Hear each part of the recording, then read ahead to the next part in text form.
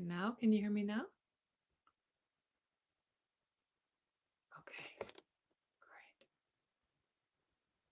great.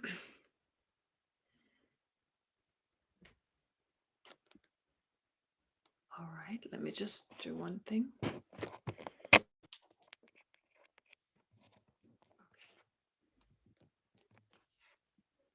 Again, can you hear me? Yes. Okay, so now I have to sign out again. Sorry, I have a slight problem with my speakers. Just a sec. I'll be back in a sec.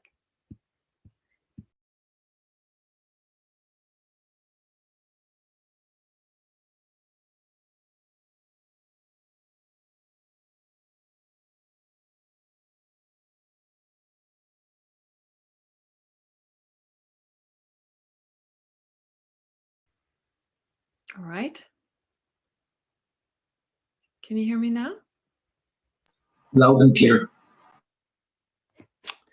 Don't know what's wrong with my, okay. Yep, now it's working. Great. Great. Okay, good. There was a slight problem with these earphones, so, but now it's working. All right. Now let's take a moment to again renew our positive motivation, our motivation to become enlightened. So to just take a moment to focus on the suffering of all sentient beings that is caused by this basic misapprehension, as we've learned before, giving rise to so much confusion and a lot of different types of negative emotions, which in turn create the suffering of so many sentient beings. And with the motivation to free all suffering sentient beings from their various problems, their confusions, anxiety, and so forth, let's generate the determination to become fully enlightened, to reach the enlightened state of a Buddha, however long it takes, in order to then be of greatest benefit to all these endless sentient beings.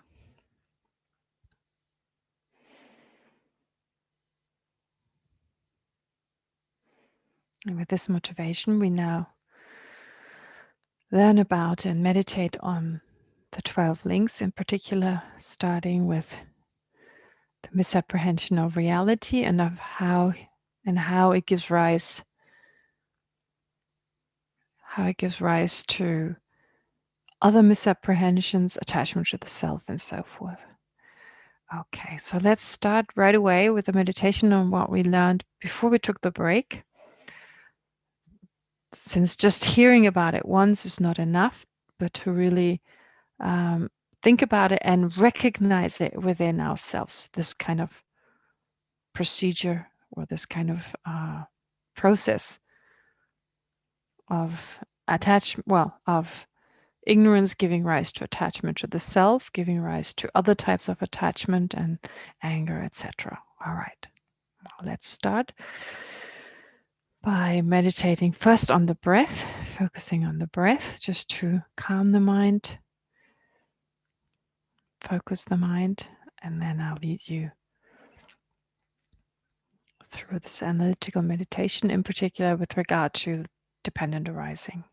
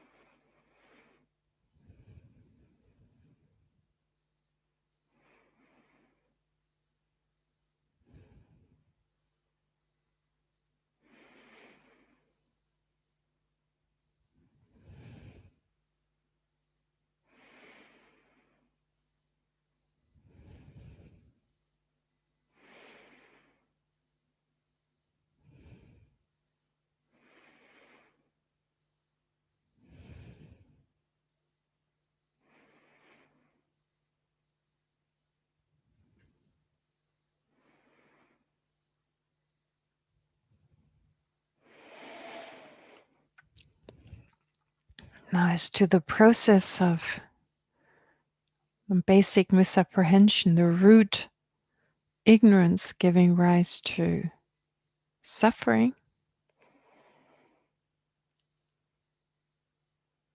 or causing all our problems and unwanted experiences.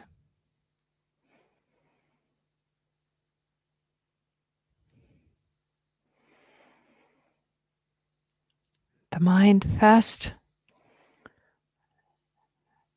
labels on the basis of the experiencing entity of consciousness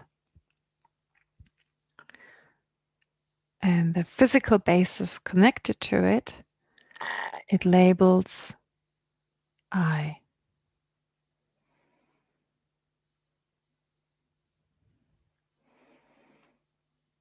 And regarding everything else that is not part of I and body and mind, it labels other.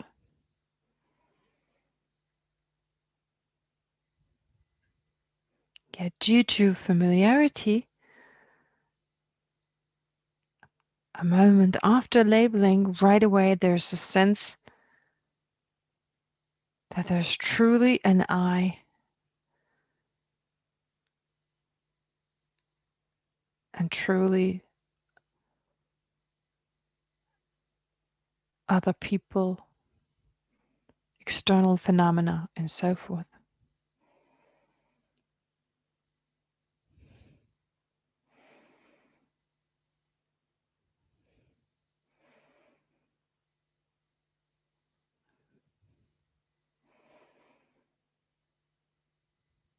That there's an innate I when it comes to my mind and my body.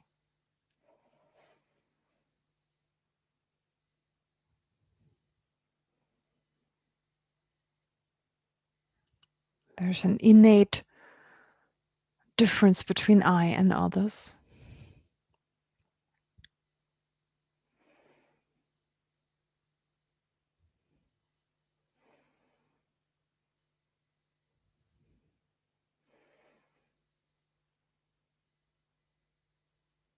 And thus a very concrete and solid world, clearly defined, which is not just labeled.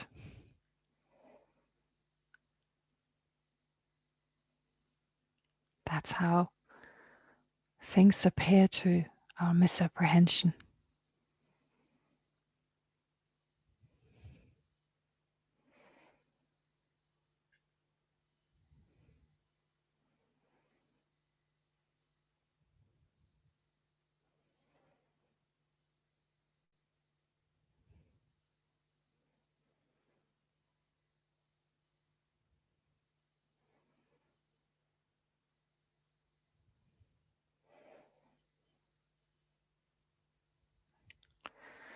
And this concrete sense of an I in particular,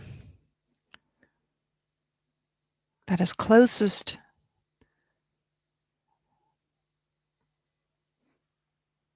to this misapprehension,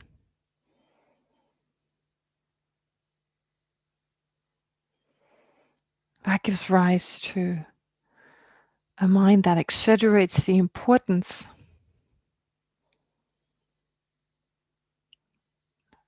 and the value of I and mine.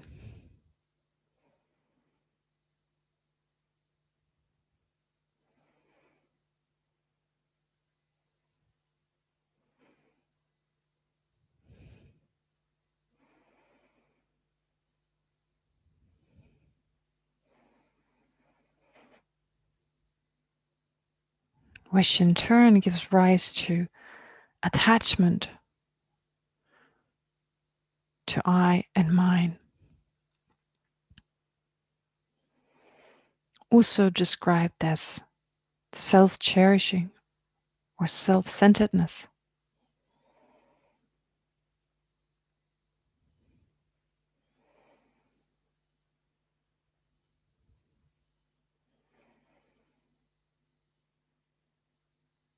which out of a sense of I and mine being more important than everything else, is attached to the self and my happiness, my possessions, my family, and so forth.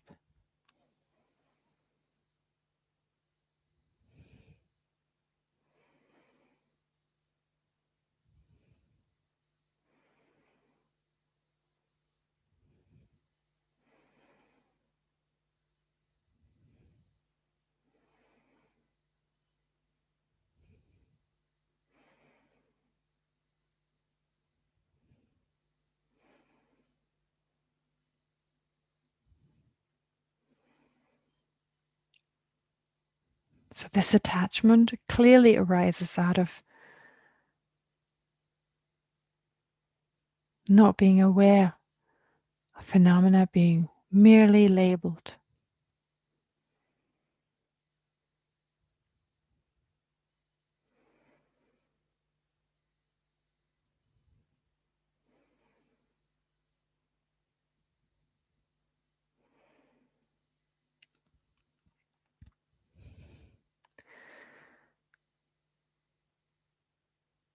And then when a pleasant feeling arises,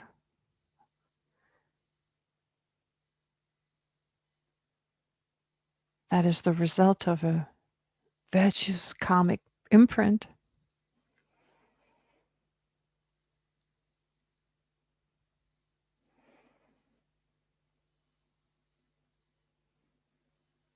With another person being one of the conditions for that experience.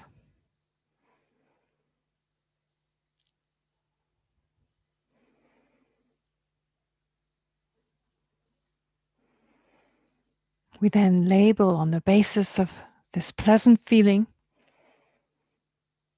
and the other person we label pleasant or desirable on that person.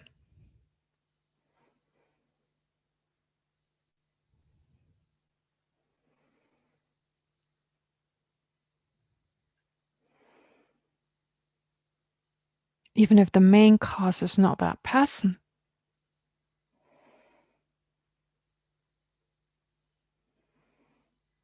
But the karma our mind accumulated sometime in the past.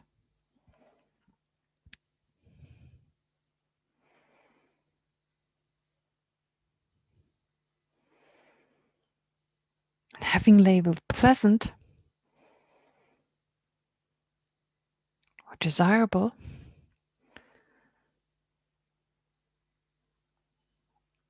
the mind right away holds on to this pleasantness or desirability to be intrinsic in that person.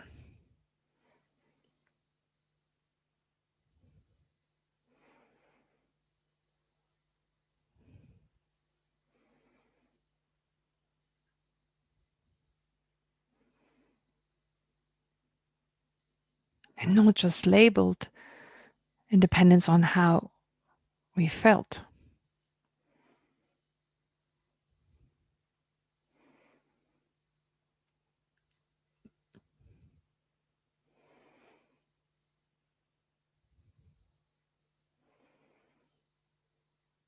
And having exaggerated the way this object exists as if intrinsically desirable, it also exaggerates that desirability, that pleasantness.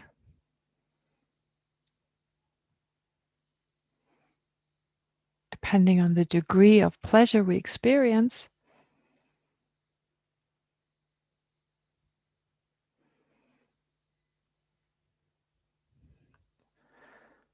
so that we fail to perceive the person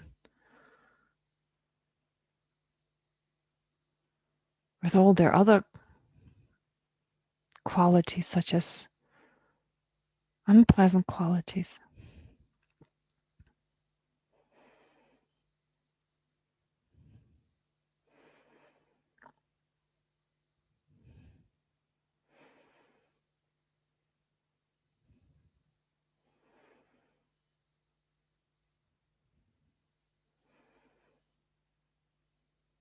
So the mind exaggerates the positive qualities of that person, ignoring that the person consists of many parts, which are not just the desirable parts.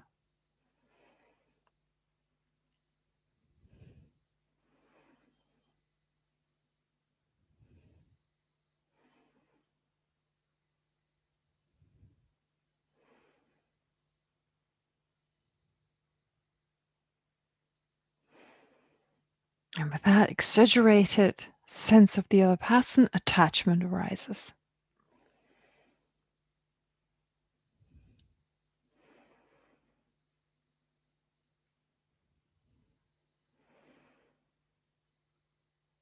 It's only focused on the positive aspects.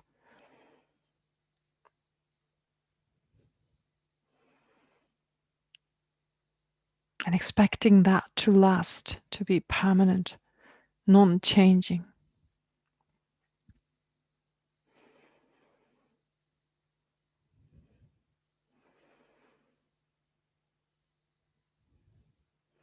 Leading to fear of separation from that person. Fear of losing this lasting happiness we expect this person to provide us with.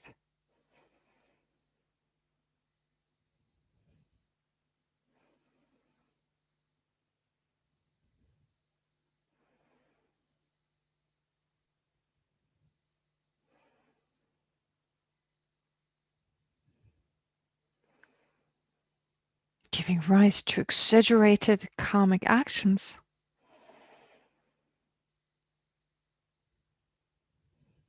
Out of this exaggerated way of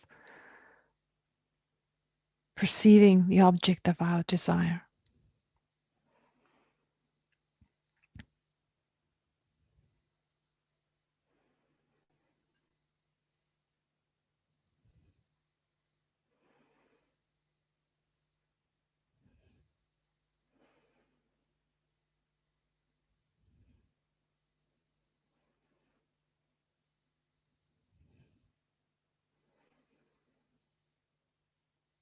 Similarly, when another person triggers in us an unpleasant experience,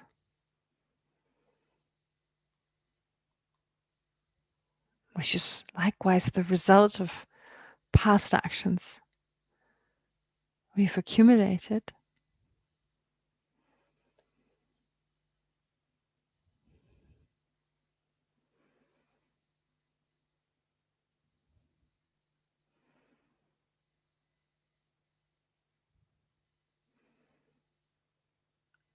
we apply a negative label that is unpleasant or enemy or undesirable onto that person.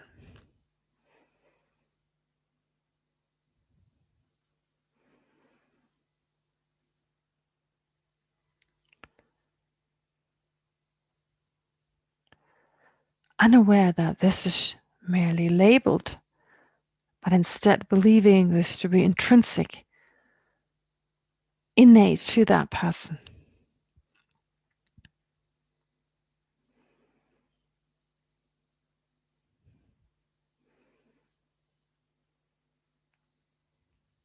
In fact, exaggerating that negativity we perceive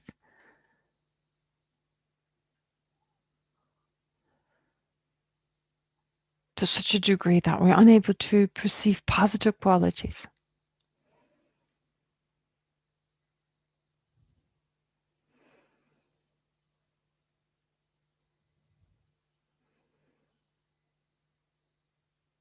to such a degree that we perceive this unpleasantness and the passion to be the same thing.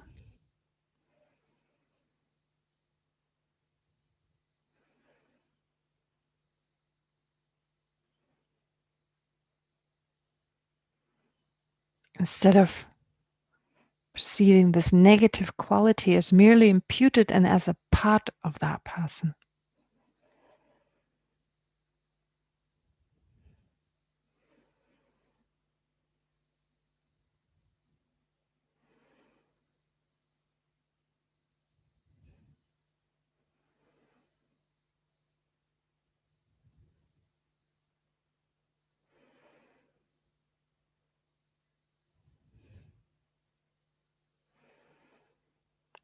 And that exaggerated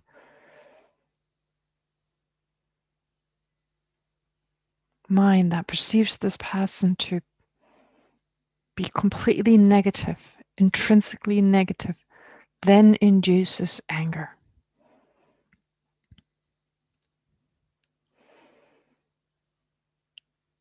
aversion, or even stronger, hatred.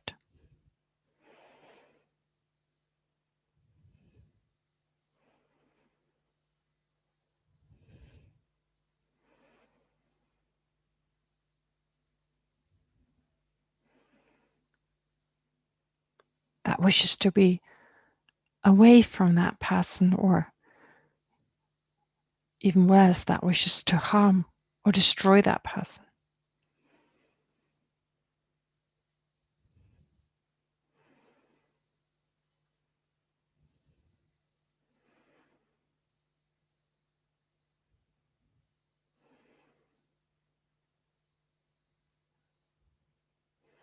Believing the removal of that person to be the removal of my unhappiness.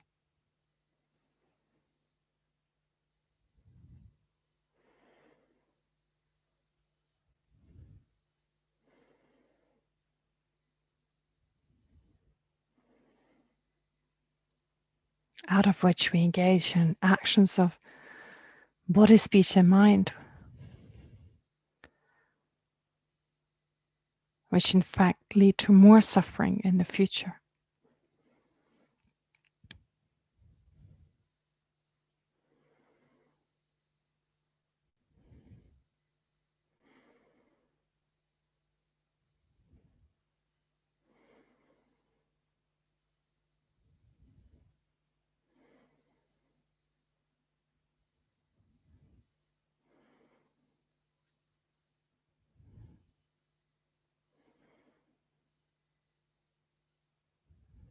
Where actions that benefit other beings give rise to happy experiences, and actions that harm others give rise to unhappy experiences.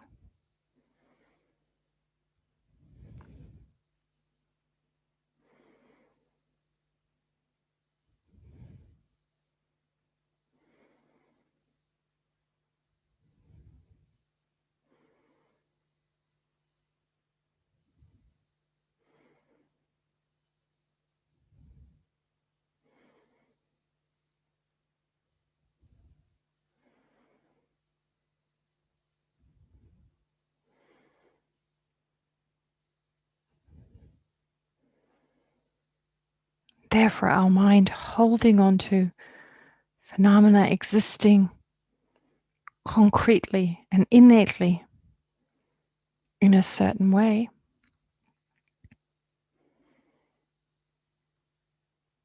which ignores their dependence on causes and conditions, parts, and mere imputation,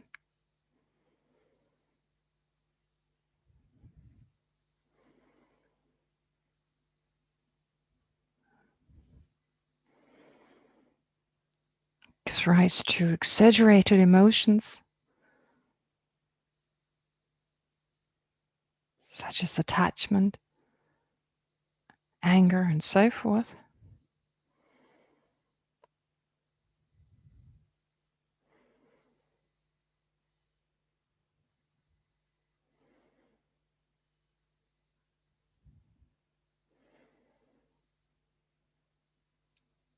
causes a wide spectrum of different experiences.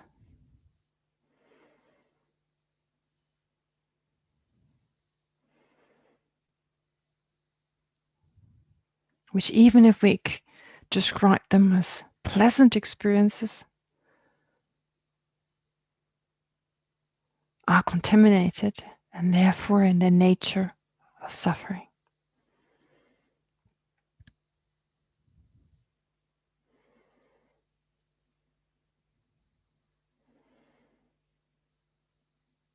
Contaminated as an induced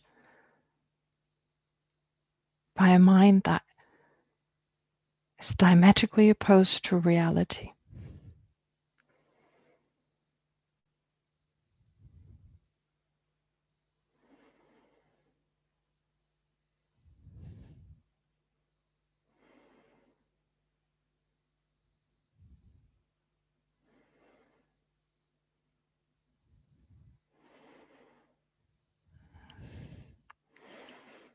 And to now conclude this meditation, take a moment to single-pointedly focus on whatever insight you've gained through this analysis.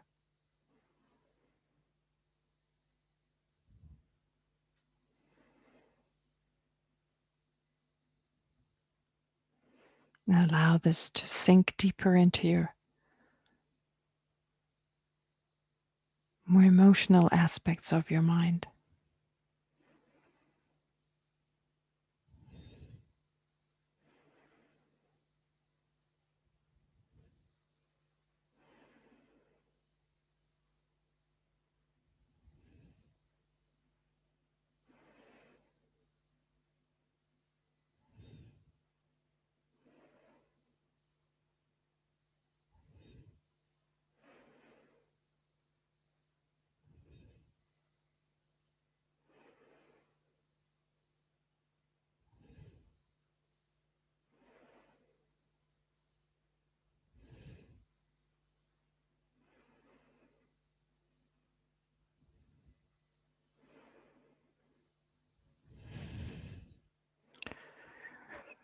Okay, so you can slowly rise from the meditation.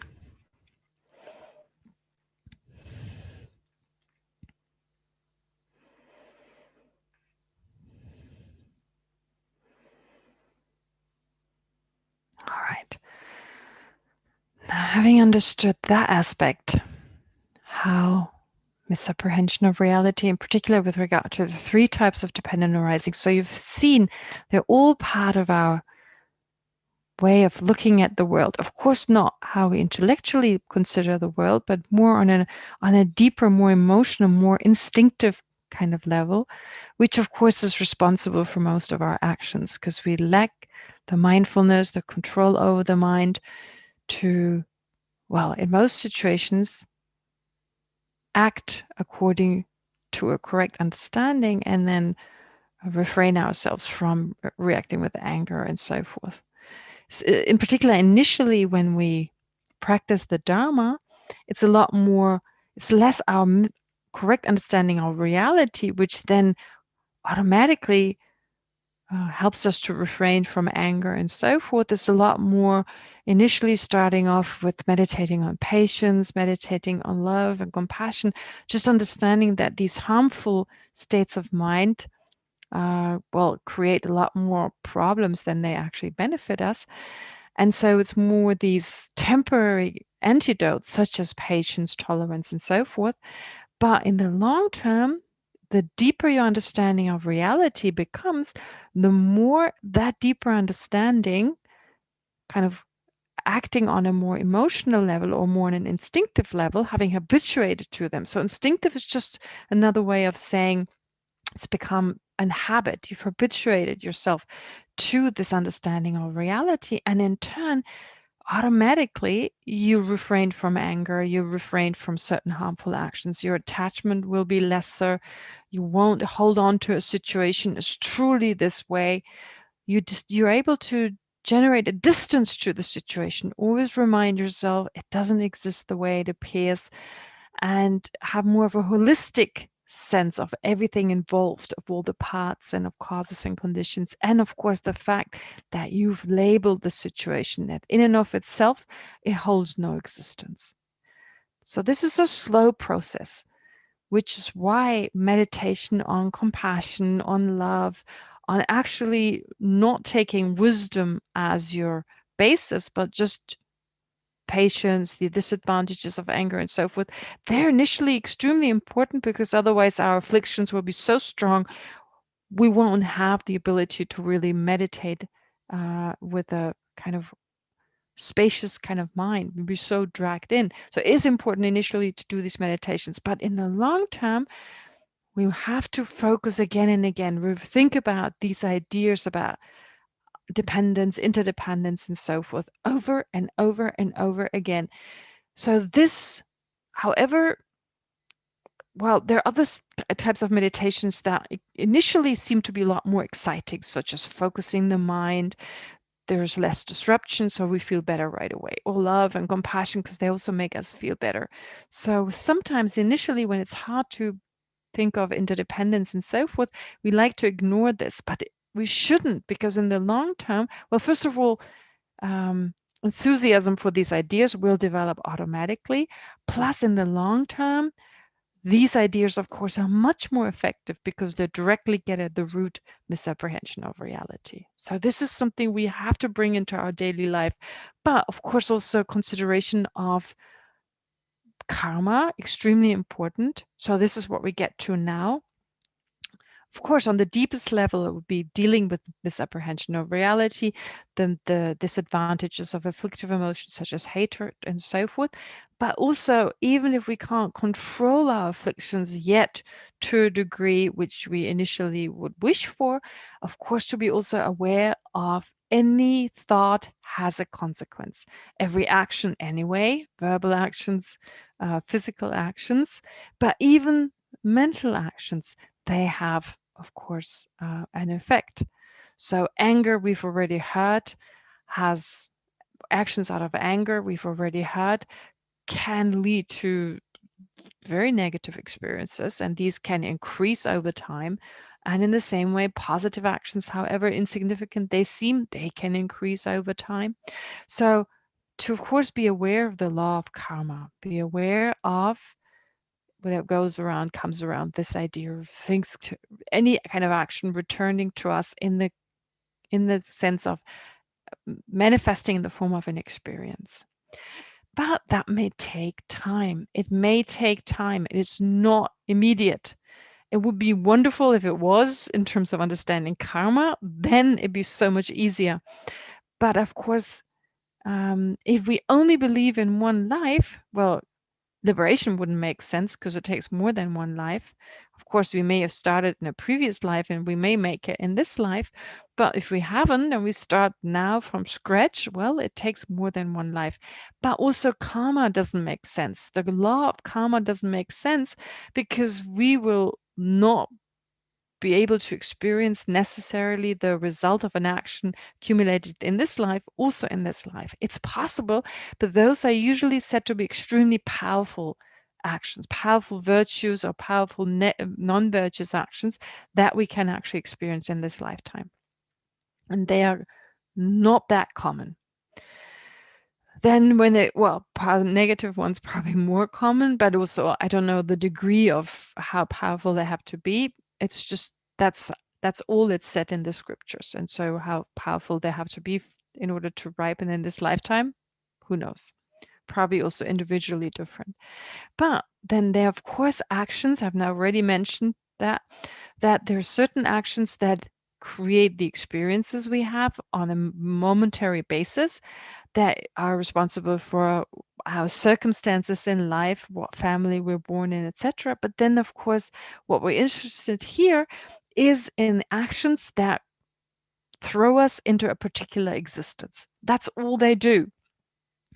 And that existence comes, if you like, with an expiry date, as in, like, it has the power. It's a certain action that, because of its strength, I don't know what all the aspects are because they're so hidden, but whatever it is, certain actions, they're virtues or non-virtues, because it has to be a powerful action. And I said previously, neutral actions don't have that force.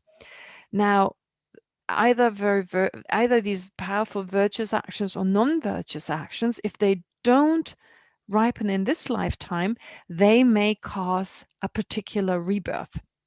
Now, that they have to be powerful is already obvious by the fact that such a rebirth lasts a while. That once you have that rebirth, until the moment of your death, you're stuck with that. A lesser powerful action doesn't create such a long-term result. It may just lead to the experience of a headache for an hour or feeling of depression or whatever. It's a short term, and a new karma ripens one after the other. So you may have certain experiences one after the other, but they usually, well, they can be one karma, but usually it can also be changed. If you make changes to your life, these karmic imprints can be influenced in that they no longer ripen in that way. Other karmic imprints ripen, and that accounts for making changes in life. Now, with regard to this karmic imprint that throws us into a certain rebirth, well, it lasts for as long as we're in that life. If you're reborn as a human being, and usually it's described as coming, and I call it an expiry date. It comes with a certain length of time, which we can live during that time. So if you have this throwing karma that throws you, that is responsible for rebirth as a human being, you may have the strength of this karma may be such that you live as that human being for, let's say, 90 years. 90 years means no matter what you do in general, as an ordinary person, you cannot lengthen those 90 years. And when the time is up, however long, it's not exactly like 1 year. I mean, it's like whatever is 90 years and 5 days, whatever is the length of time.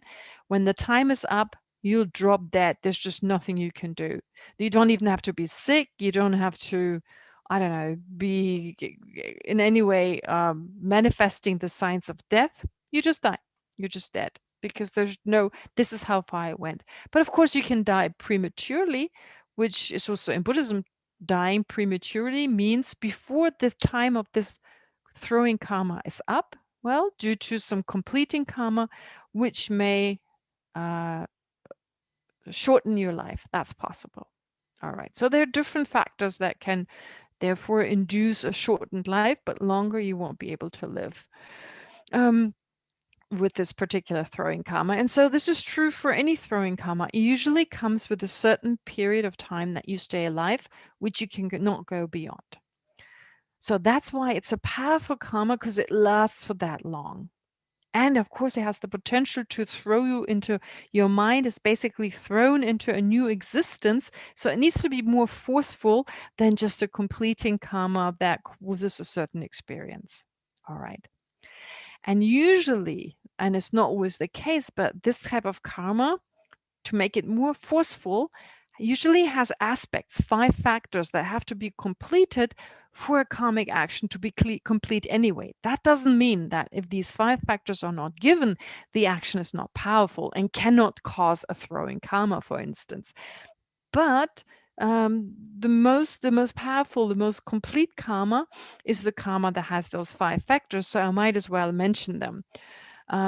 First of all, very important is the intention. Before you engage in any type of action, the motivation makes it powerfully positive or negative. Well, neutral, there's less of a motivation as such. So first of all, there's a motivation. Then the mind must identify the object correctly of an action. If I want to do something positive, if I want to save someone's life, well, the motivation is to save someone's life, and I have to identify the person correctly. I mean, I don't want to save a person's life whose life doesn't have to be saved. Or in the case of killing, my motivation is to kill, and I need to identify the person correctly. Then there must be a preparation. There must be a preparatory period of time preparing for the act. Even that's just a few seconds, but a certain degree of preparation. Then there must be a successful completion of the action. So if I want to kill someone, but I end up not killing them, just hurting them, well, again, it's not a complete act of killing or saving someone's life. Again, I need to be successful. And before And when the action is over, I must not reverse my intention. Okay, so if I had the great intention to benefit someone, I've been able to complete that, but then I regret having helped that person, then the karma is not complete. Likewise, with regard to killing someone, if just after killing them I develop strong regret, again, it's lessened. The karma of having killed someone is lessened to whichever degree, who's to say. But all I'm saying is there are these 5 factors: intention, planning to enact the identifying the object correctly, planning the act, completing the act, and after the completion, no reversal of intention for at least, well, a few seconds, I guess, or for as long as possible until we move on. That would be a complete action. But I have to stress, for a karma that throws us into a new rebirth, it's not necessary to have those 5. It can be in and of itself powerful enough, just with the motivation, for instance. So we can never tell. But of course, we need to know these 5. In which way? In terms of positive action, to make an action as positive, powerfully positive as possible. If we can have these 5 actions, very good. So attentiveness to these details make a single action very powerfully positive. As regards to negative actions, if we're halfway through the process and we already completed the action, at least we have the chance to generate regret afterwards, which is already a way in which we can reduce the effect. And of course, if that regret, that remorse we have having executed this action, well, that can actually lead to the purification of this action if we generate, well, first of all, take refuge in the Dharma, take refuge in the methods, the Dharmic psychological methods, having remorse, generating the resolve to not engage in such an action again, and applying a powerful antidote to this action, possibly saving someone's life and so forth in the case of killing. Then we can actually purify the negativity. So there are different ways, and we need to know these ways. We need to know we can purify karma. We need to know what we need to complete an action. All this is necessary. Well, helpful at least. All right. So as you've already heard, there's throwing karma and there's completing karma. And here we are basically dealing with throwing karma, which we have accumulated in the past and we continuously accumulate. So in other words, we continuously create karma to be reborn in samsara. Now, if we love samsara, we won't have a problem with that. And I guess we do. We are attached to samsara. And of course, it's important to understand that this existence we're in right now, well, yeah, it has its upsides. Of course it does. But it has the potential for greater trouble. We're thrown uncontrollably in new existences, and it doesn't seem we're really learning anything new. We don't remember what happened in the past. We make the same mistakes over and over again. We experience uncontrolled aging, sickness, death, and then we're reborn again without any control and so forth. And so the question is, do we really want that? And is there a greater experience of the happiness we call happiness now? Is there something greater there? And of course, from a Buddhist point of view, our mind can experience an incredible deep sense of lasting happiness and satisfaction that we have no idea of right now, but that we kind of prevent ourselves from experiencing because of being attached to what we have right now, not understanding its shortcomings, and continuously accumulating new throwing karma. Now, to really be able to make a change, to move away from samsaric actions, to create causes that not just rapidly, it's not like from one moment to the next we become liberated. No, it takes time. But even this process of moving towards liberating ourselves and hopefully in the future also others from this limited existence we have right now, the good thing about this is that process leads in itself to more happiness and more satisfaction. So it's like a slow process of having more peace of mind, being able to, whatever adversary happens around us, being able to deal with it more effectively until we eventually reach liberation. So that's the good news. We are motivated to continue on because of the reward we get.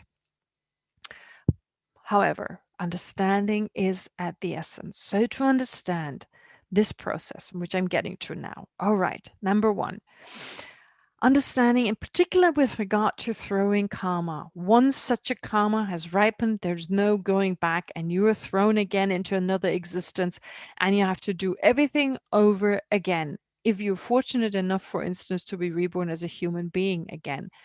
But I think if we meditate, and we will do this, meditate on the fact, even if you're reborn again and again as a human being, I mean, come on, it's not a blissful state in itself. Born again, not being able to talk and walk and eat, having to learn over and over again, as in like learning to read again, talk again, well, no, talk again, walk again, and then eventually go to school again, go to high school again, start a family, then your children go off, then you get old, your husband, wife gets old, you have to separate again, you have to leave everything behind, die again, be born again, can't eat, can't talk, can't walk. Okay, have going over and over, and just high school over and over again. If we're lucky enough in this world, there's not a world war that destroys all high schools, what have you, and then again, and okay. Anyway, you get the picture, over and over and over. For what? For confusion to just hang in there and cause everything again. That is one way to do this meditation. But of course, also understanding no one asks us. We create, no one has asked us, as in we choose where we're going to go. The throwing karma is to determine that. And that throwing karma does not get lost. The seeds that are left on our mind, they will eventually ripen. Now, there's one way, and I consciously bring this to the beginning now. There's one way in which this imprint can actually ripen at the end of this life. It's possible, of course. So then the 12 links are a little bit different. The order is a little bit different. So having heard the order as it's traditionally presented in, now I present to you the order, just a slight change here, which is probably easier understood. There's a slight change, and they make it a little bit easier having already heard of the traditional way of presenting them. So if they ripen right away at the end of this lifetime, in other words, you have consciousness that carries the imprint until the end of this life, and then it ripens, leading to a new rebirth. As I said, the order will be different. So I'll present this to you. Initially, let's say in this lifetime, you've got another, let's say, 25 years left until you die. So now you create a very powerful throwing karma, as of many karmas you've accumulated, but we're just following one. This throwing karma is either virtues or non-virtues. There's no neutral karma. And then the virtues karma, and I didn't mention that last time, but there's a complication that comes in there that is added. That virtues karma is called meritorious karma or non-fluctuating karma. There are two types of virtues karma. Why? Because so far I've just talked about samsara in terms of the desire realm. But actually, samsara consists of three areas, if you like, three realms, of course, not objective realms, but subjective realms that you can be reborn in. The desire realm, the form realm, or the formless realm. Now, the form and the formless realm, we hardly ever hear about. I mean, in terms of we're hardly ever reborn there. And they are described in the texts, but they're not considered to be that important. Why? Because you can only be reborn there if you have reached certain degrees of shamatha, certain degrees of calm abiding, or shamatha in the sense, not just shamatha. Shamatha is not enough. It's even greater than shamatha. You generate a very deep concentration, that is much deeper than shamatha. That enables you to temporarily get rid of all afflictive emotions that are associated with the desire realm. You still have afflictive emotions, and the afflictive emotions of the desire realm, they're only temporarily gone. But for that time, as long as you have that concentration, to an ordinary person, it seems you've reached liberation. It's so huge. The difference is so amazing. Um, Although you still have afflictions that are associated with the form or the formless realm, but to us, it seems like totally anything out of the ordinary. But even if you reach these levels of concentration, you can still be reborn in a place called the form realm or the formless realm, depending on the degree of concentration. Now, without going into details on them, because just explaining them takes too long, but just know this. If you reached a certain deep level of shamatha, which is even deeper than shamatha, so certain levels of concentration, then you also accumulate throwing karma. Due to these concentrations, you accumulate what's called throwing karma. But this karma is said to be non-fluctuating in that there's no change. There's no change whatsoever. As in, like, if you were reborn, if you have created the karma to be reborn in a state called the first concentration realm, that's the first level of the form realm, for instance. So if you're reborn there, no matter what the circumstances, if the karma has ripened, it will ripen exactly as that. There's no other possibility. Whereas with karma in the desire realm, it's fluctuating. It can actually, due to certain conditions, there can be slight changes. There can be slight changes, and here the changes are not really they're not really explained. Sometimes they give this explanation that if you have the karma to be reborn as a wolf, you may be reborn as a dog. But it kind of seems, isn't that a completing karma that determines that? And you're only reborn as an animal, independence on the throwing karma, and the completing karma gives in all the details. And that's where the explanation is lacking. But my understanding is there's still some fluctuation that a karma can still change. So possibly, I don't know whether a human karma can become a celestial karma. I don't think that's the case, but there's fluctuation. Let's put it that way. There's still change. Whereas with the karma that determines rebirth in the form or formless realm, those fluctuations don't take place. They're very focused and just that kind of result. And it's positive results. Yes, definitely a positive result. However, in the desire realm, there are these fluctuations, there are these changes to karma, and they're either virtues that would lead to birth in the human realm or what we would call a celestial kind of realm. And then the negative ones lead to rebirth as an animal or as a preta being or as a being with hellish experiences. All right, we've already covered those. I talked about those, why those are difficult for us to understand. Well, because we don't perceive them, first of all. Um, and what is easier maybe to take, and Kamala Shila talks about this in his text, on the different levels of meditation. He says, well, there are hellish experiences on earth. There are hellish experiences in the human realm. There are experiences of a hungry ghost or preta being even in the human realm. There are animal existences, people living like animals due to their great poverty and so forth, again, in the human realm. And they don't necessarily mean there's great suffering, but the potential is greater versus someone being reborn in like a celestial kind of environment that is similar to the celestial realm. So in any way, in any case, different rebirths are possible and they hold the potential for greater well-being if it's the celestial or the human realm, and for lesser well-being in one of the lower realms. But also, of course, completing karma is also a huge factor in that.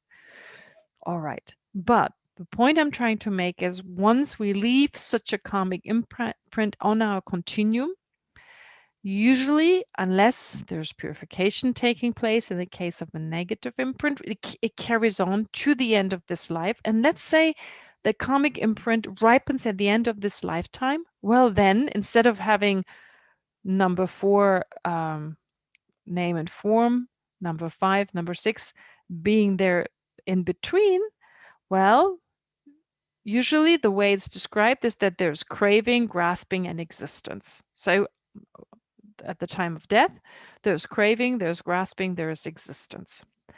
That's one way of looking at it. Although I've also had an explanation where someone said, well, first there's ignorance, there's formative action, there's consciousness, and then you have the name and form of this life. You have this body and mind of this lifetime, and you have the six sense sources, which then enable you to have contact, you have feeling, and that gives rise to craving, grasping, and existence, all taking place in one life. So having the same order, the way we know it, but it's not that between consciousness and name and form, dividing consciousness in causal consciousness and resultant consciousness, so that there's a life in between, but rather that it goes on in one lifetime.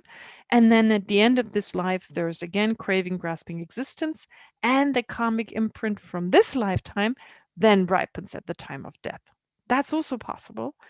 You can take it this way.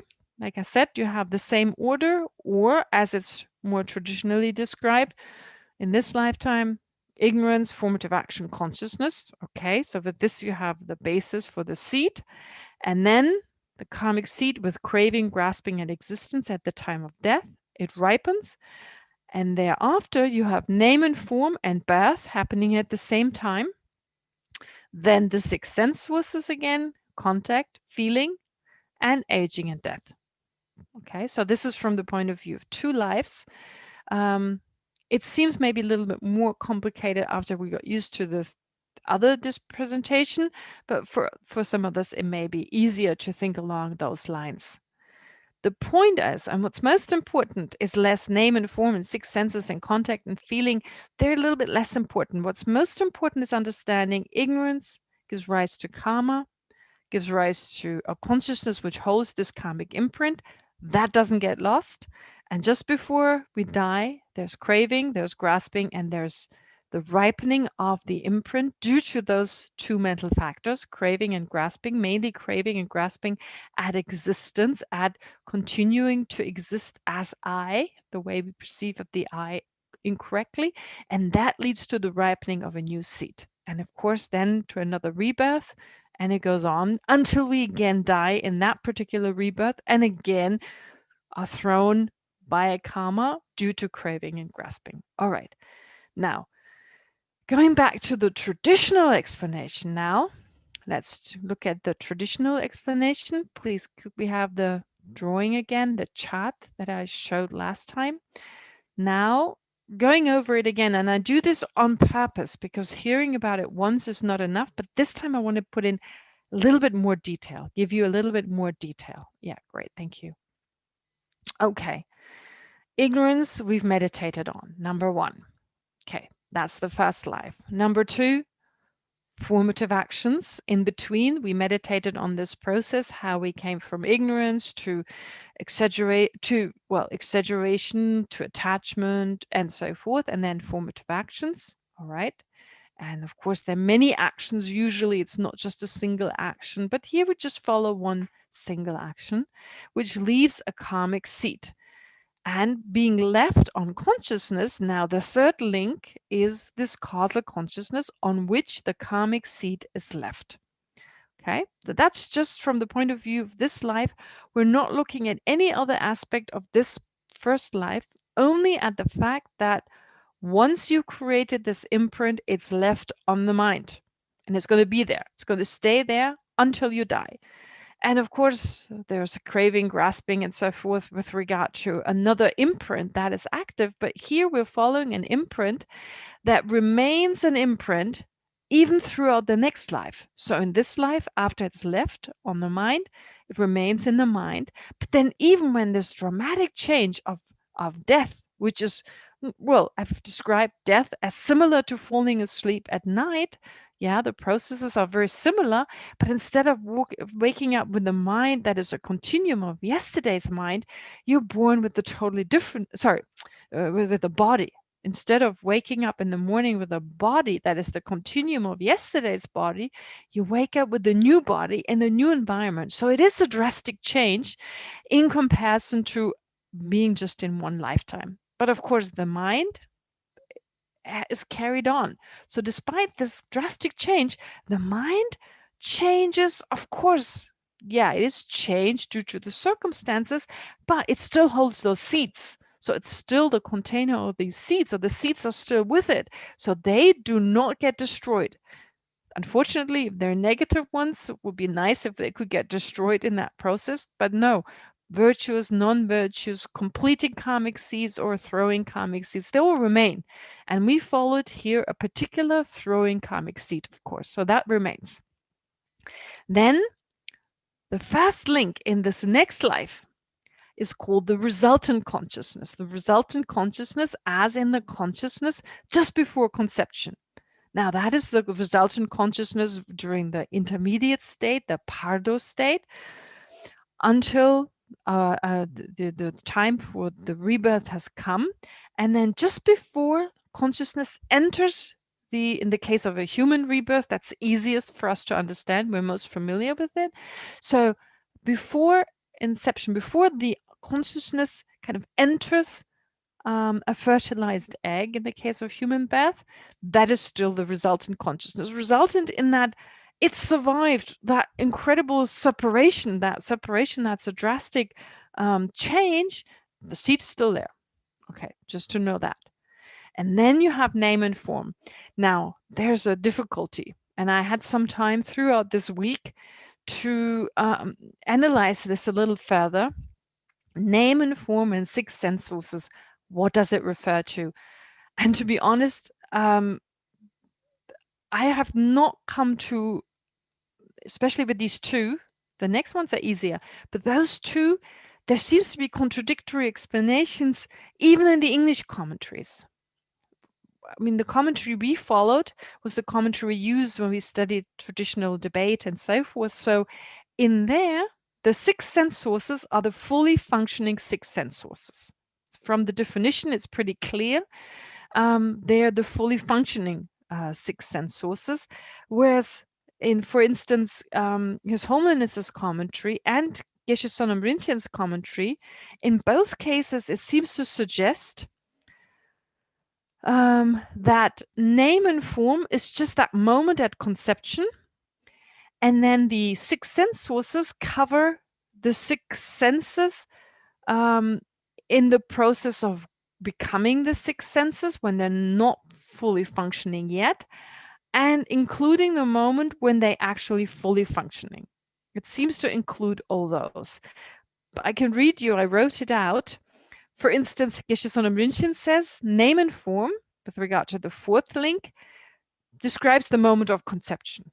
Okay, so there's only a short moment. The moment consciousness and the new ice, the new fertilized egg, and they are now coming together. That is name and form. Name is the consciousness with all its varieties, mental functions, and then form is the cell, is the fertilized cell. And then when that process of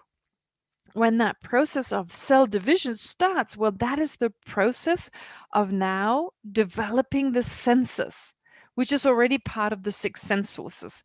Again, as how karma works, what does Geshe Sonam Rinpoche said? The empty house indicates that in the womb, the different faculties gradually develop. So the empty house is the picture as part of the wheel of life. The depiction is of an empty house. Indicates that in the womb, the different faculties gradually develop, but consciousness is not yet functioning in conjunction with them. It's not yet functioning in conjunction with them. The mental faculty is present from the outset. From the outset, the moment the cell starts dividing, the mental faculty is present, but the other five faculty, mental faculty, sorry, from the moment of conception, actually, the mental faculty is always there. But the other five faculties, they develop as the fetus grows. They're unable to experience their objects until the link of contact occurs. This is what Geshe Sonam Rinpoche is saying. And then His Holiness is saying, again, they are depicted in the painting by an empty house because the organs are developing but not yet functioning.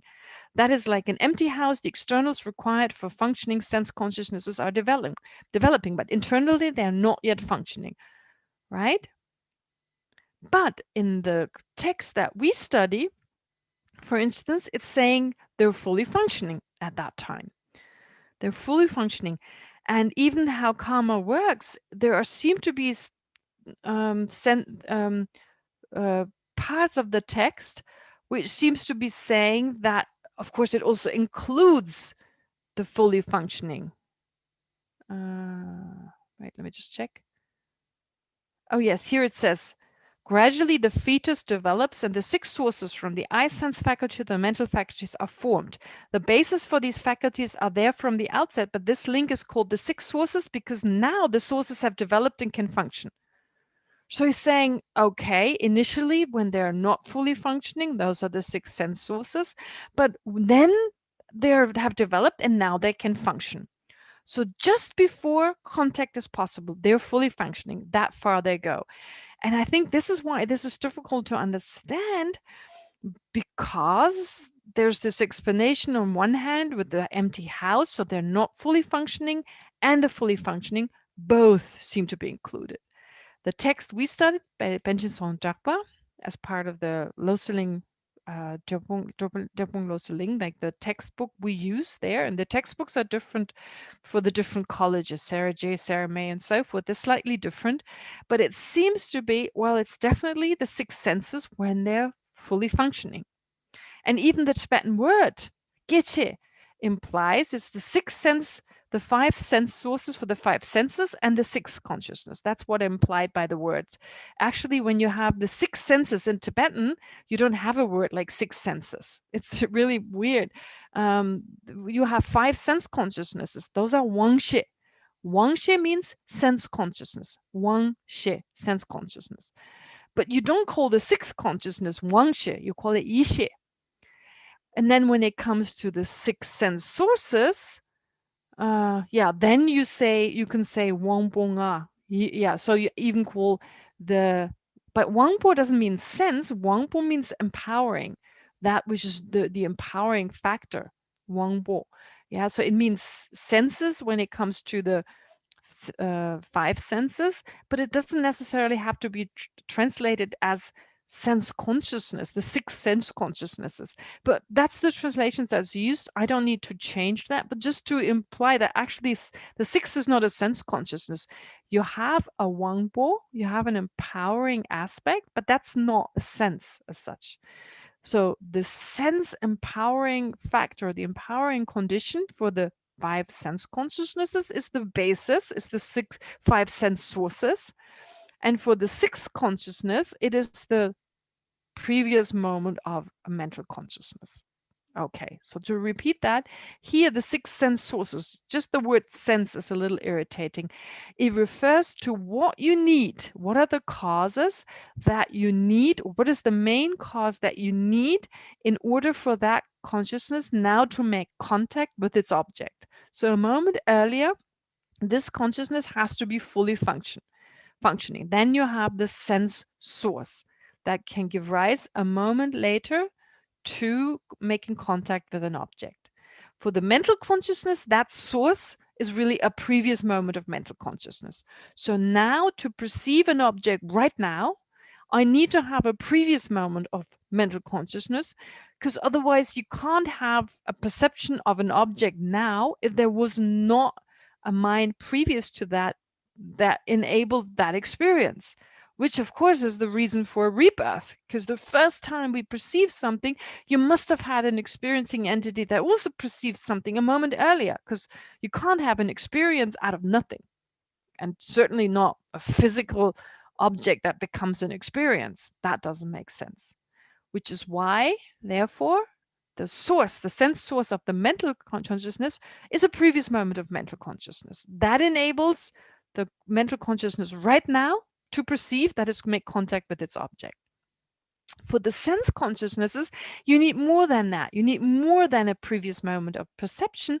You also need a sense source, which is the eye sense source, for instance, whatever is necessary for the eye consciousness to be able to perceive its object. You need a functioning eye, you need parts of the brain.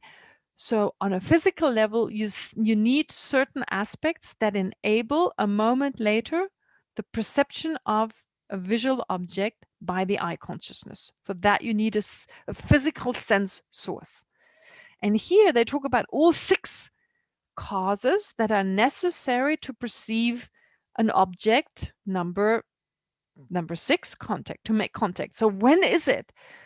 Initially, of course, the 6 consciousness is always functioning, but the other 5 are not functioning. And last time, Michael Müller, he asked the question, when exactly are they fully functioning? I think that was the question I read as part of the chart. It was in the sorry, it's part of the chat.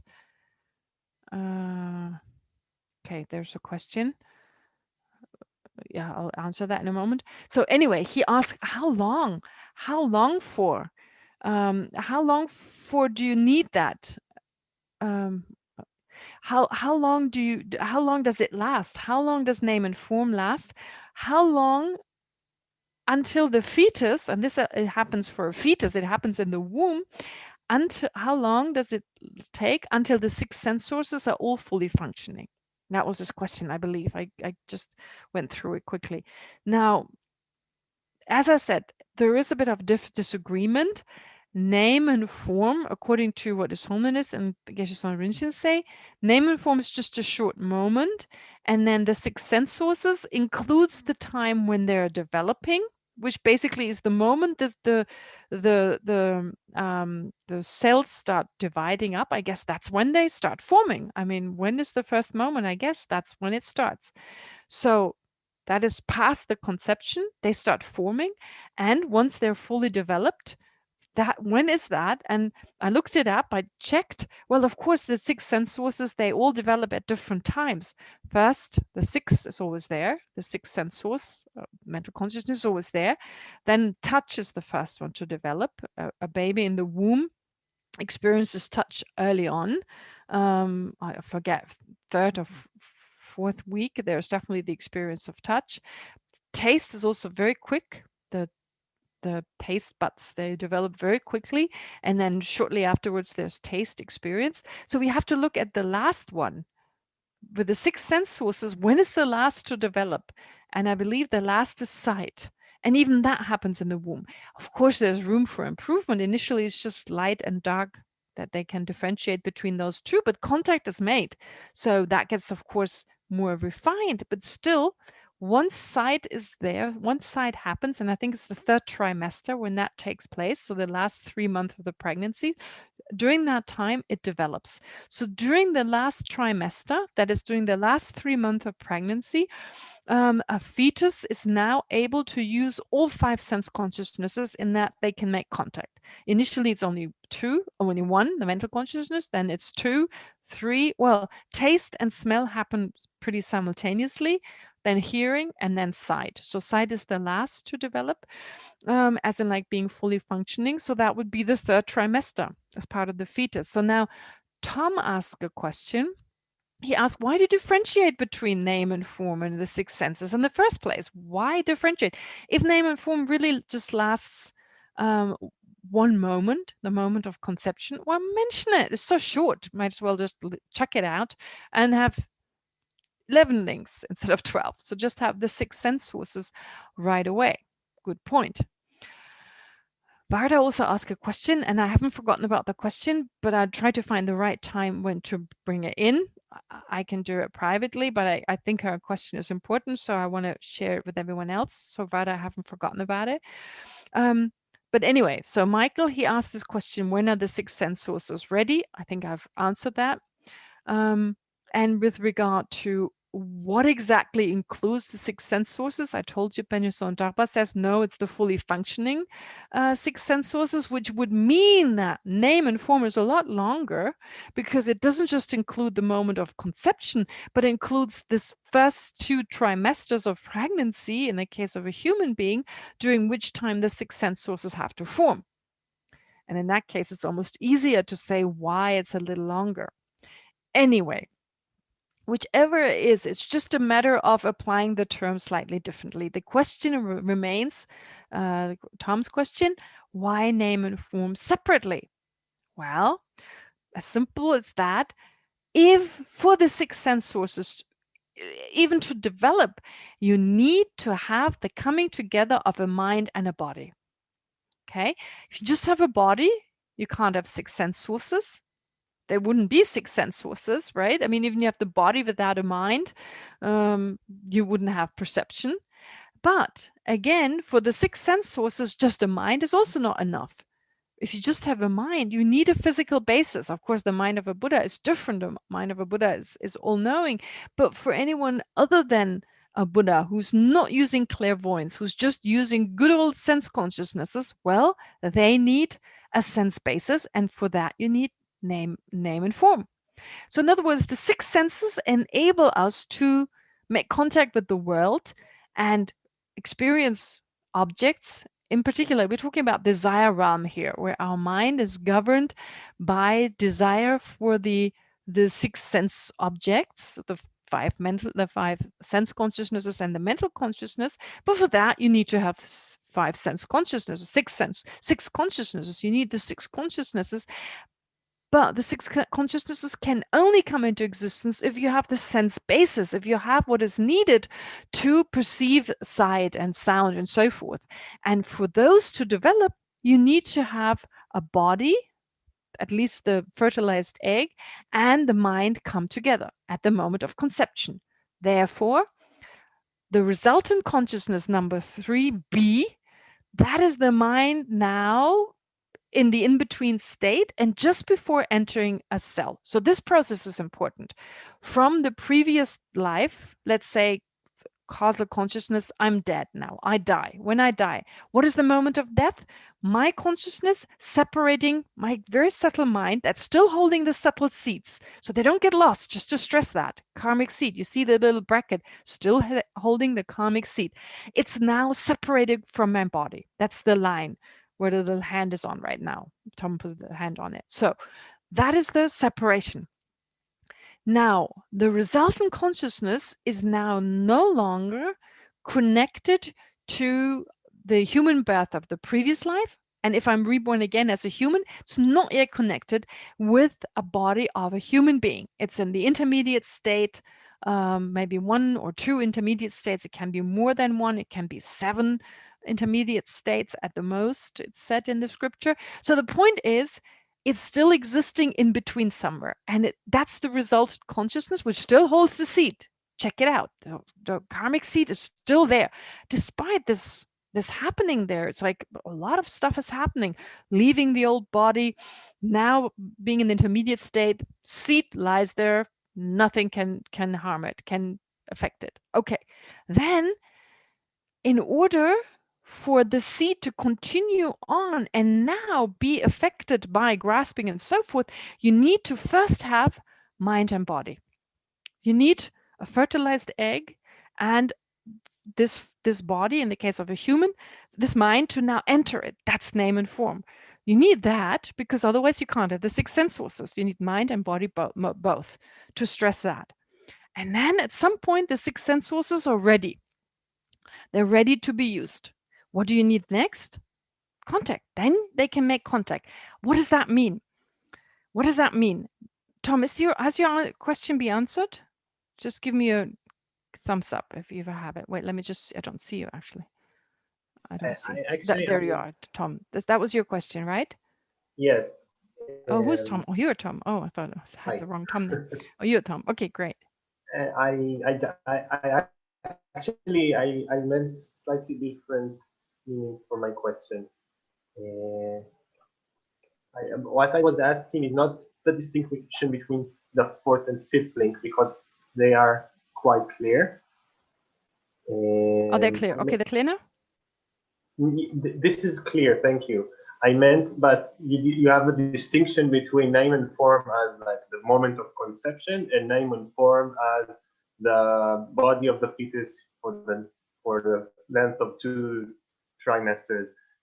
And that distinction, I mean, you've debated it quite a lot now, and I wondered what is the importance in having this sense or the other, this way of interpreting it or the other.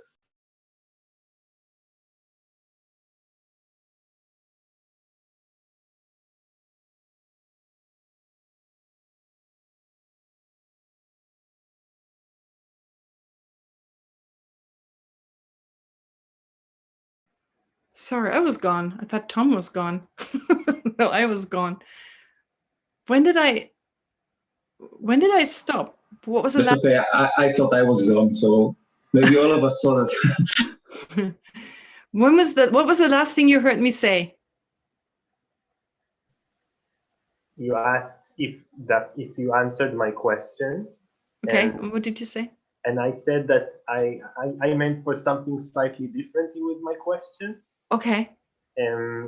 Because what I meant was you talked about the distinction or the way to interpret it, the fourth link, name and form, as either the moment of conception or as maybe a longer period Mm-hmm. the body of the fetus develops. And I wonder what is the importance? I mean, what are the implication of seeing this fourth link as either this one way or the other?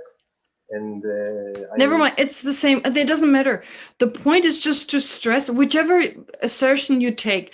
I wouldn't dismiss any of them. It could be this way or that way. The point is, however long name and form lasts, the point is you need a coming together of a mind and a body. All right. So, and that if you have that, then the six senses will develop. And once they've developed, then they will fully function at some point. For an ordinary person, they will be fully function. And then there's contact.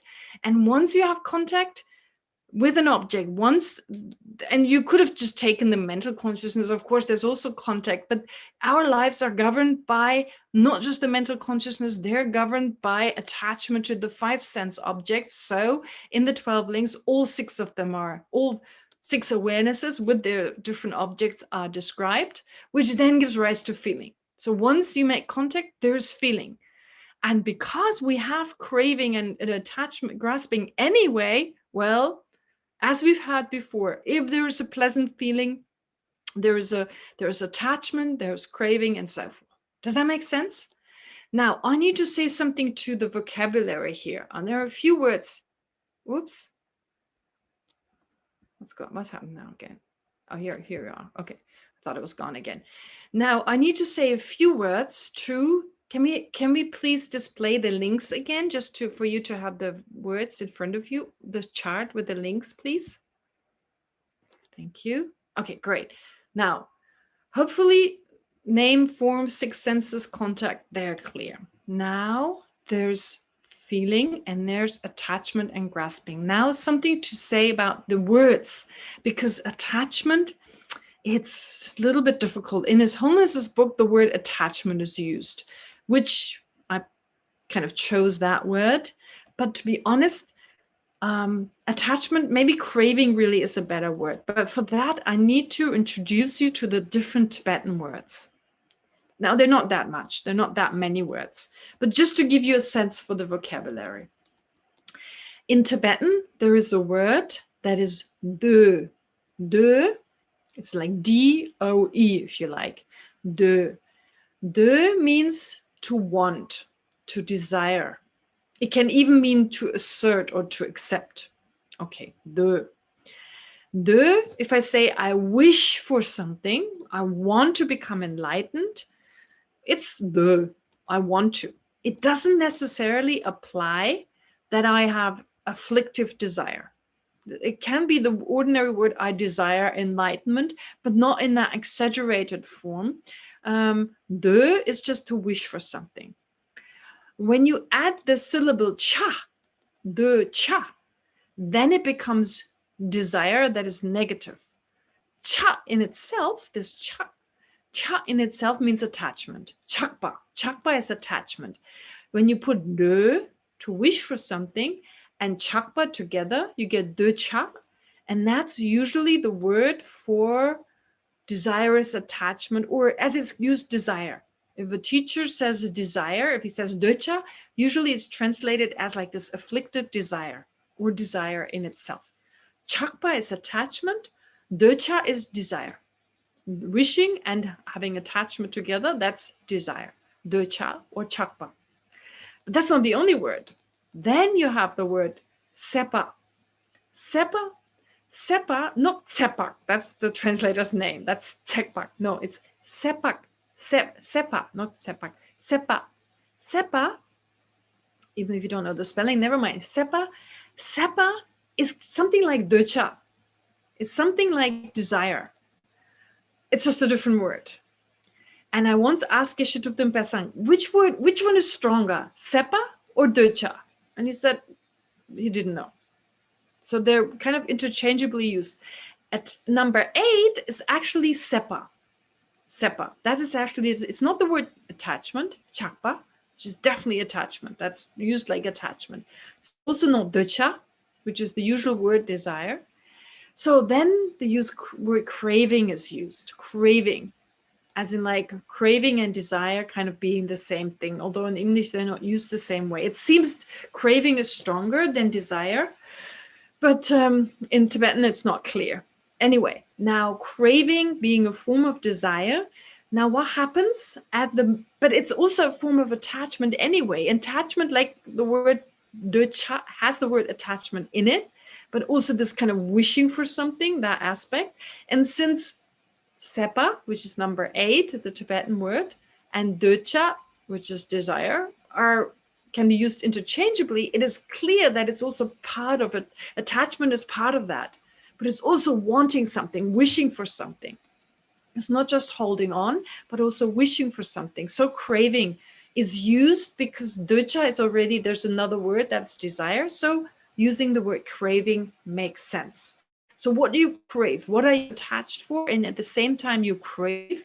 Well, here, this is in particular, it happens through our entire life. Whenever there's feeling, there is either, if it's an unpleasant feeling, the craving to be separated from that unpleasant feeling, or if it's a pleasant feeling, the craving to have more. But in particular, at the time of death, there's a feeling, of course. There's a feeling that comes along with the sense of separating, mind and body separating. And now I want to exist. I don't want to get out of existence. Okay? That is craving. That is craving here, which, as I said, is a form of holding on to the existence of the I. And when that is strengthened, that leads to grasping, which is dzimba. Now, dzimba in Tibetan has many different meanings depending, no, lemba, sorry, not dzimba, lemba. Lemba kind of means to take something. Lempa, I take something. Lempa, receive something, take something. So I said dzimpa last time. I was thinking of dzimpa, but silly. No, dzimba can also mean grasping at a self. That is usually the word dzimba. But here, lemba, as in like holding on. So it's in sepa and lemba. Those are words that are not used as much as docha or like durba, docha. They're used much more often. So they're usually just used in the context, more often in the context of the 12 links. But really, it's just saying you have desire, number 8, which is a mixture of wishing for something and plus attachment, and then a stronger version of that. Not that this is so important, but to just give you a sense a bit for the language, because of course the language determines the way we think with the Dharma. And I'm trying, and other translators do the same thing. When we translate things, we try to find words, equivalent words for each Tibetan term, if that's at all possible, and of course give you the definition accordingly. But if you understand number 8, that craving should be used here, and that this is equivalent to desire, this afflicted desire, that may be helpful. All right. But the point is here that feeling in itself is not a problem. Feeling, every mind comes with a feeling. That's not the problem. The problem is our habituation to craving for certain feelings, craving for or having desire for certain feelings, or the absence of other feelings. Where does that come from? Of course, the natural wish of the mind to experience peace and satisfaction. There is this natural wish, that is durba, okay? There is a natural wish, which is also why the Buddha himself talked about as that's something that is desirable, that is something everyone deserves, and everyone should experience. This is not the exaggerated sense, okay? So this is important. The mind in its natural state, even if it's not affected by afflictive emotions, experiences the wish, dupa, not ducha, but just dupa, to be happy, okay? Every mind has that wish. It comes as part of the nature, it's the nature of the mind to wish to experience peace and happiness. And that every mind deserves that. And the Buddha says there's a way to that. Everyone deserves that. Everyone has that wish, and there's a way to bring this about. Excuse me. However, this döba, that's just an ordinary wishing, it becomes a craving, an exaggerated version out of the misapprehension of reality, which leads to having attachment, exaggerating the importance of I that is labeled on the basis of mind and body. So that I being attached to the I and being attached to the mind, because that's mine, it's the mine of the I. It is that which belongs to the I. So this craving, this exaggerated version of perceiving this I and this mind as more precious than anyone else's, that this wish to be happy leads to a craving, leads to an exaggerated version, which is harmful.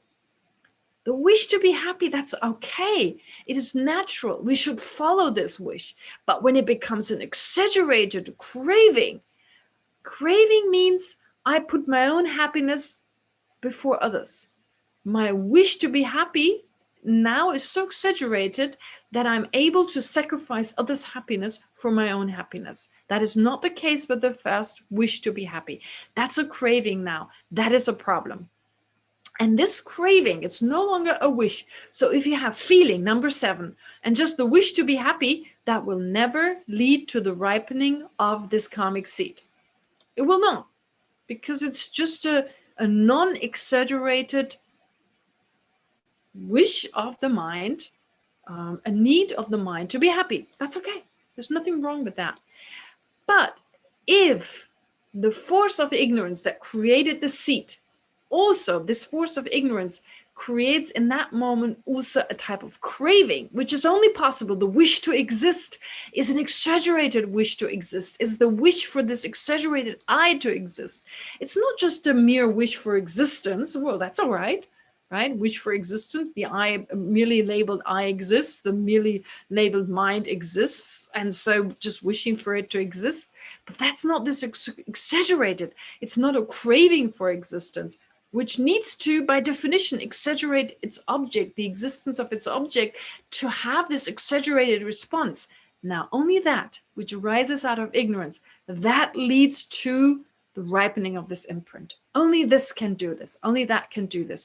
So if you attain, let's say, in this lifetime, although the seed, you carry the seed with you, and you now, just before this feeling at the time of death, let's say before death, you attain liberation, then attachment and grasping, these exaggerated versions of a wish, a wishing mind, cannot arise because there's no ignorance. There's no exaggerated way of perceiving reality that adds more to the mode of existence of phenomena that is actually to be found.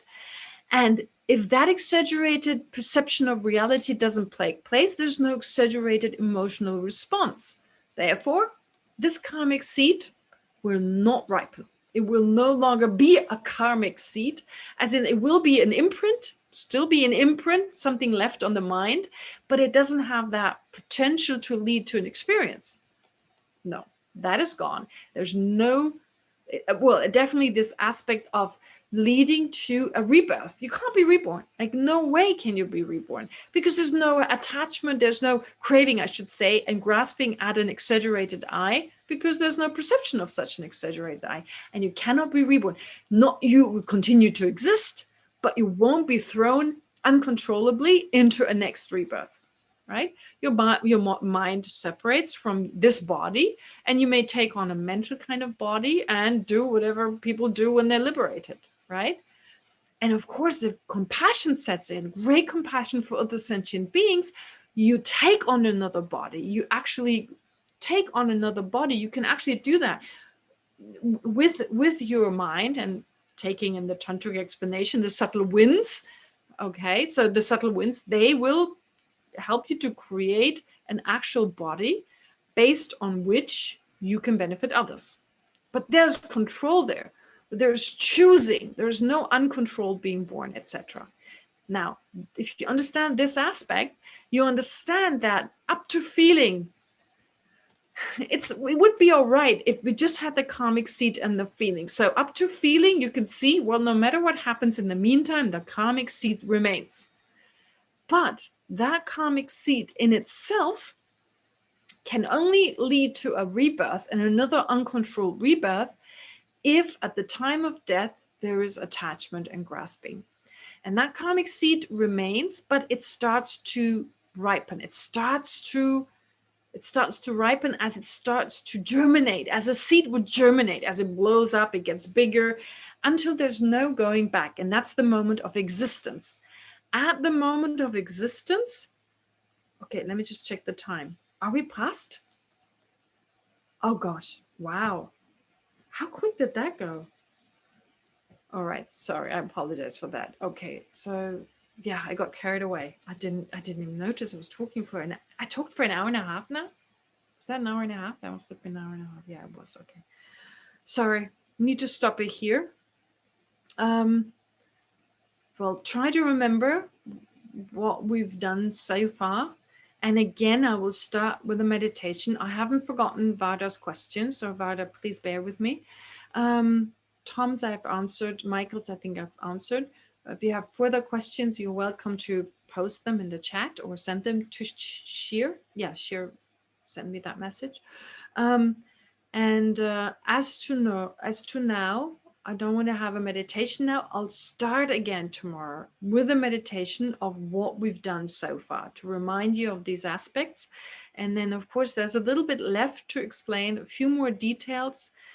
And then I'll do a meditation on all of those links to generate more of a sense of renunciation. And of course, then to direct it as using the 12 links as a means to meditating on love and compassion. And then it will be, as Geshe Pujungwa said, one of the great Kadampa masters, the 12 links. The meditation on the 12 links actually covers the 3 sections of a person of lower capacity, of middling capacity, of greater capacity, of the Lamrim. In other words, it covers the entire Lamrim. And let's make it cover the entire Lamrim, to take care of that tomorrow when we particularly focus on love and compassion for other sentient beings. All right, but before we can do that, we'll take a break now, and I'll see you again tomorrow morning at 10 Israeli time, or whatever is the time in the place that you are. So, of course, before we finish, it's very important now to not let the positive potential we have accumulated now that's truly shaken our personal samsara, but also having had the motivation for the welfare of others, that has actually now the force to become a cause for full enlightenment, to make sure that's where it goes to direct it towards our own enlightenment by considering whatever positive potential to think, may it become a cause for our own enlightenment. May this not be lost. May this become one of the causes to lead us as quickly as possible for the welfare of other sentient being towards our own enlightenment. So to keep it safely, dedicate it safely towards that. But of course, also in the meantime, may this virtue, may it multiply in such a way that there be enough, not only for our own enlightenment, but also in the meantime to make changes to affect the people we're karmically connected to, but even the people we don't have a strong karmic connection to, in that it may reduce all their suffering. Of course, to reduce or to help those who are sick, like Tali Lubin, am I still saying it right? Having her and everyone else who's sick, to make sure that they get better. Those who have physical, mental diseases, may they no longer experience this confusion, etc. So to dedicate all this, whatever we've accumulated, also for the welfare of other sentient beings, not just for the future, but right now.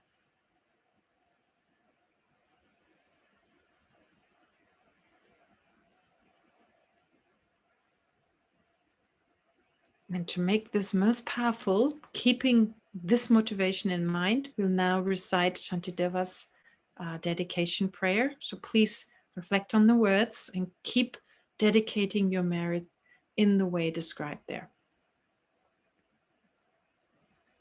Such is the power of the mind. You're actually doing this. May all beings everywhere, plagued by sufferings on body and mind, obtain an ocean of happiness and joy by virtue of my merits. May no living creature suffer, commit evil, or ever fall ill. May no one be afraid or belittled with a mind weighed down by depression. May the blind see forms and the deaf hear sounds. May those whose bodies are worn with toil be restored on finding repose. May the naked find clothing, the hungry find food. May the thirsty find water and delicious drinks. May there be timely rains and bountiful harvests. May all medicines be effective and wholesome prayers bear fruit. May all who are sick and ill quickly be freed from their ailments. Whatever diseases there are in the world, may they never occur again. May the frightened cease to be afraid, and those bound be freed. May the powerless find power, and may people think of benefiting each other. And now for our own enlightenment. For as long as space remains, for as long as sentient beings remain, until then may I too remain to dispel the miseries of the world.